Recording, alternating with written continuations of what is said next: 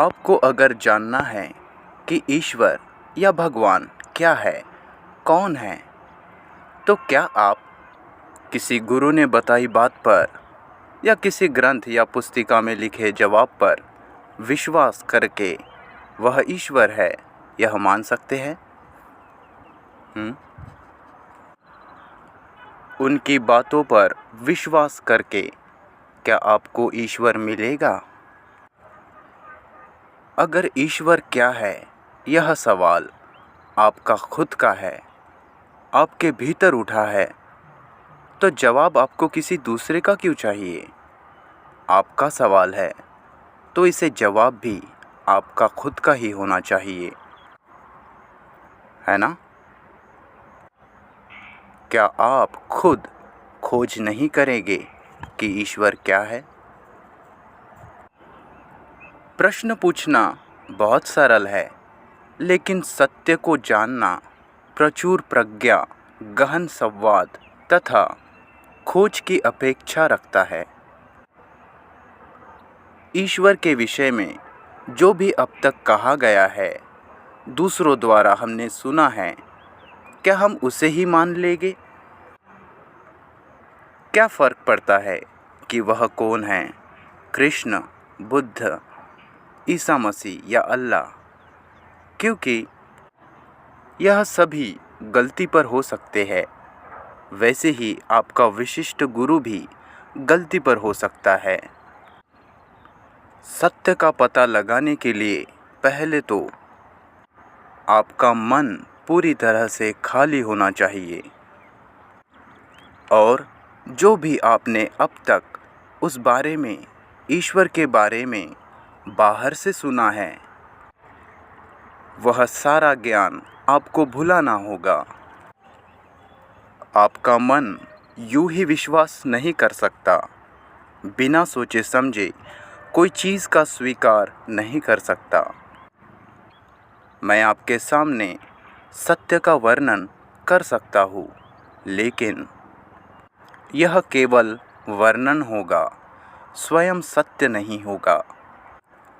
जब हम ईश्वर या भगवान यह शब्द सुनते हैं,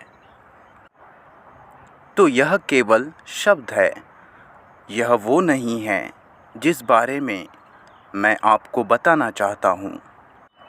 सभी पवित्र पुस्तकें ईश्वर का वर्णन करती है, वह वर्णन ईश्वर नहीं है। ईश्वर शब्द ईश्वर नहीं है, बराबर। सत्य का पता लगाने के लिए आपको कभी उसे स्वीकार या अस्वीकार नहीं करना चाहिए। पुस्तकें, ग्रंथ, गुरु इत्यादि से कभी प्रभावित नहीं होना चाहिए, क्योंकि अगर आप इनसे प्रभावित होते हैं तो आपको वही पता लगेगा जो वे चाहते हैं कि आपको पता लगे, और आपका मानस जो भी चाहता है उसी की प्रतिमा निर्मित कर लेता है।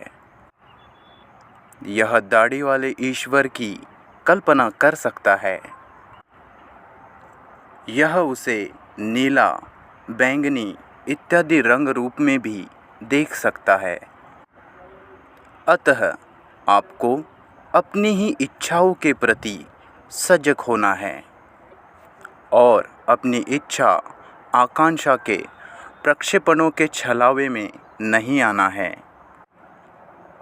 अगर आपकी आकांक्षा ईश्वर को किसी विशिष्ट रूप में देखने की है, तो जो प्रतिमा आप देखेंगे वह आपकी ही अभिलाषा के अनुरूप होगी। यह प्रतिमा ईश्वर कभी नहीं हो सकती। अगर आप दुख में हैं और दिलासा चाहते हैं, या अपनी धार्मिक महत्वाकांक्षाओं में भावुक एवं रोमानी महसूस करते हैं, तो अंततः आप ऐसे ईश्वर का निर्माण कर देंगे जो आपके इच्छाओं की पूर्ति कर देगा। फिर भी वह ईश्वर नहीं होगा। आपका मानस पूरी तरह से स्वतंत्र होना चाहिए, तभी आप सत्य को पा सकते हैं।